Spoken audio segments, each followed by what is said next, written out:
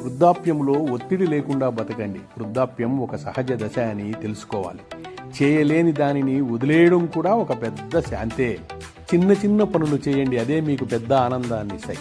ఉదయం నడక, తోట పనులు, దేవాలయ సందర్శనం, ఇష్టమైన వంటలు చేయడం, తినడం, గ్రాండ్ చిల్డ్రన్తో మాట్లాడడం, ఇవి మన మెదడును, హృదయాన్ని ఆహ్లాదపరుస్తాయి.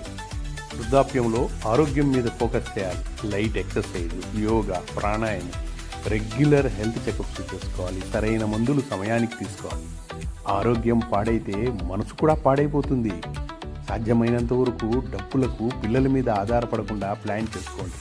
నెల ఖర్చుల ప్లాను, అవసరం లేని ఖర్చులకు నో చెప్పండి.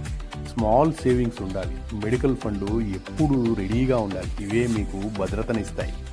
మనసుకు భారమైన విషయాలకు ఎంత వీలైతే అంత దూరంగా ఉండండి. స్నేహితులతో సత్సంబంధాలు పెట్టుకోండి.